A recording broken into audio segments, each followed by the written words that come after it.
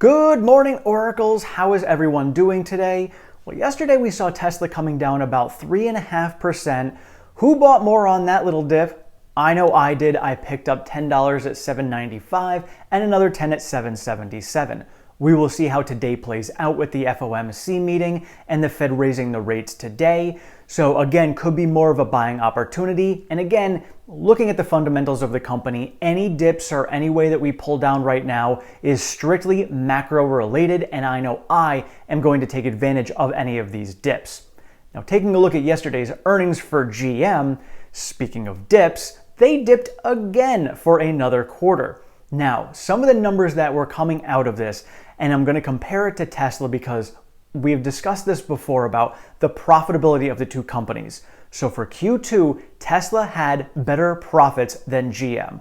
Now, this doesn't surprise many of us. They did that in the first quarter as well, but now it's even more exaggerated than it was before. Tesla had $2.25 billion worth of profits as compared to GM's $1.7 billion in profits. Now, the massive difference in these two is the fact that Tesla had sold 250,000 vehicles as compared to the 1.4 million vehicles that GM sold. And now you can say, well, sure, GM sold so many more vehicles than Tesla. Well, that's great, but if you're not making any money on them, does it really matter? All of the effort you're putting in for such minimal profits per vehicle. So if you're looking at profits per vehicle, Tesla made about $8,900 in profit per vehicle as opposed to the $1,200 per profit for GM.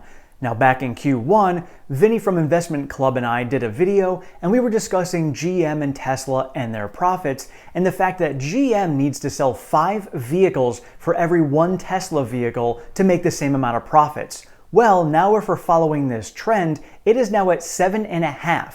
GM now needs to sell 7.5 vehicles for every 1 that Tesla sells just in order to make the same amount of profits.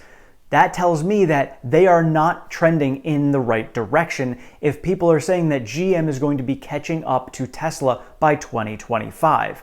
They're not moving in the right direction. I don't see how they could potentially catch Tesla at all. And as a matter of fact, this kind of shows me that GM is in really dire straits even more than they were before. Now we are seeing glaring visible signs that Tesla is pulling further and further away from legacy auto, and GM in particular. Mary Barra is saying that they're going to be hitting $90 billion in EV revenue by the end of the decade. And I'm sorry, but if you say that you are going to be catching Tesla by 2025, but thinking that you're going to get $90 billion in EV revenue by the end of the decade, while Tesla's looking at hitting $90 billion next year in revenue, I don't know how you could be leading. This is just all smoke and mirrors and pure lies, and you can tell that it is because of the fact that GM, right ahead of the earnings that they knew that they weren't going to be doing well with, announced that they got $2.5 billion in funding from the government for batteries. Now, as someone had mentioned in the comments yesterday, could you imagine if Tesla had announced that they got $2.5 billion in government funding for batteries? The amount of FUD that would be out there would be absolutely astronomical. We see people making up stories as it is right now to try and throw smear campaigns at Tesla and Elon. So if this actually happened, it would be all over the place and Tesla would be like, oh, Tesla's going bankrupt, they need government money in order to support themselves. But when GM does it, it's all being touted and it's great and it's a good thing. This is the corruption that drives me insane. So I'm hoping as we go further down the road in this decade, this corruption comes to an end and we can truly have the real leaders come out and the people who are genuinely looking to try and, change the world over in a better way are really going to step forward. I don't know if that's going to happen or not. We shall see, but that's what I'm hoping for. And one of the other things that a lot of people talk about when it comes to GM and legacy and Tesla and the competition coming is that Tesla doesn't have any diversification outside of their few models. Well, I got some potential insider rumors coming from Logan in the comments saying that he works for a company in Eastern Tennessee and he builds heavy equipment over there. And their engineering department had gotten some designs in for cabs that they are designing for heavy equipment for Teslas, for skid steers, for dozers, for excavators. So I don't know the total truth behind this. Again, this is just a rumor that is coming out. Logan is going to be working on getting some more information for me on this, so hopefully we can put it out there for you guys.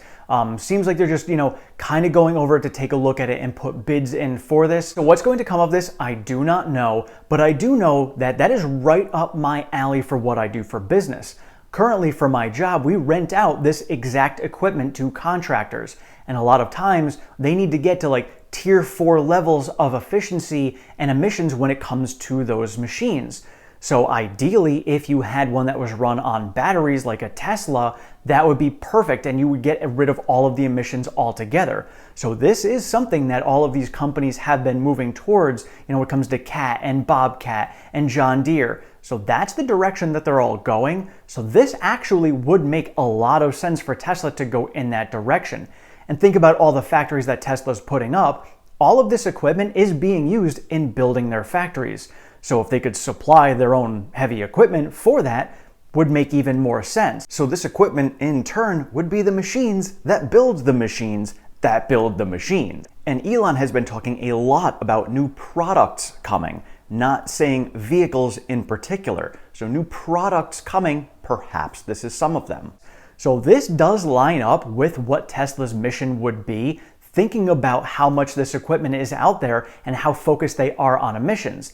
Then there's a lot of situations where you're using these pieces of equipment indoors, and you can't have equipment like this being used indoors. You've got carbon monoxide and all sorts of other issues. So running battery equipment is something we are actually moving more into ourselves as well. We rent out electric dingos. We rent out electric excavators. There is a need for this equipment. There is a massive market for this equipment. So this to me is something I'm going to pay close attention to because it affects my business, it affects the entire world as well, just as much as vehicles do. So this is going to be something big that I'm really going to watch. So hopefully Logan will get me some more information. He's looking to potentially get some pictures out there. So I will be able to share this information with you guys.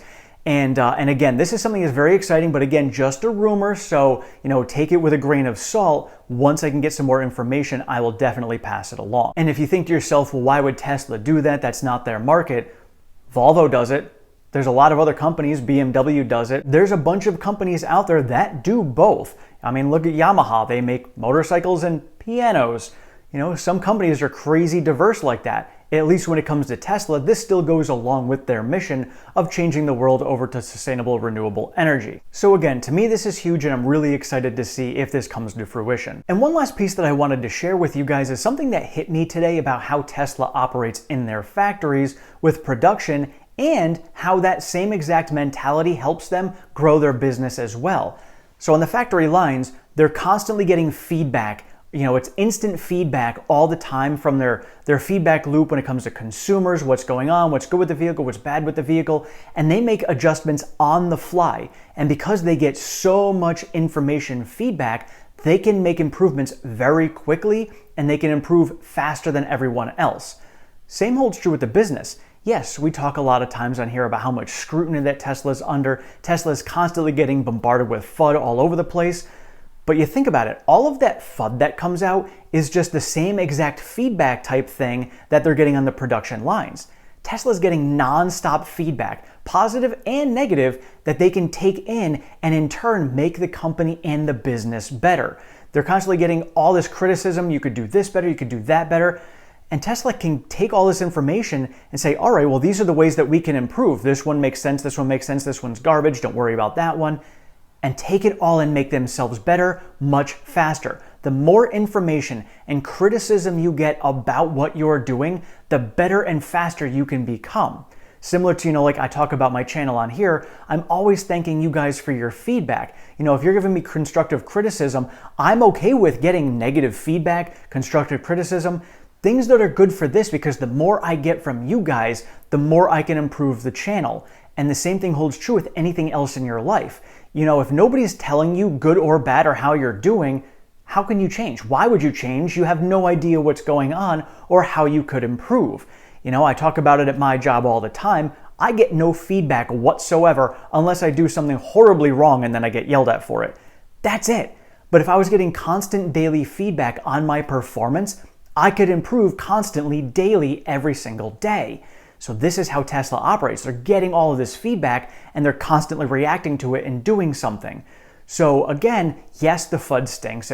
It sucks to get all this smear campaigns and all this criticism out there.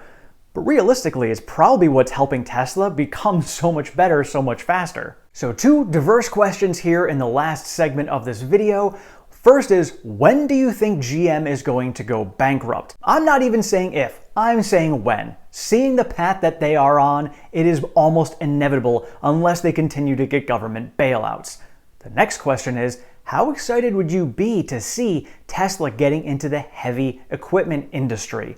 For me, again, I'm excited. Yes, that would be huge battery constraints, so I don't know what type of batteries it would take or how they would run it, but that is a massive market that they can get into. I haven't even run numbers on what that market size is. If you guys know, definitely share that in the comments. But let me know your thoughts as well. How excited would you be for them to get into that? Thank you all so much for watching. I appreciate all of your support and feedback. If you have not subscribed, please do so down below. Sign yourself up for notifications. I am over on Twitter at OracleTim1. I share all of the latest Tesla news, pertinent stock market information, and all of my daily trades. We do have a Discord chat. That link is down in the description. And if you'd like to support the channel any further, we do have a Patreon. That link is also in the description. Thank you so much. Have a great one.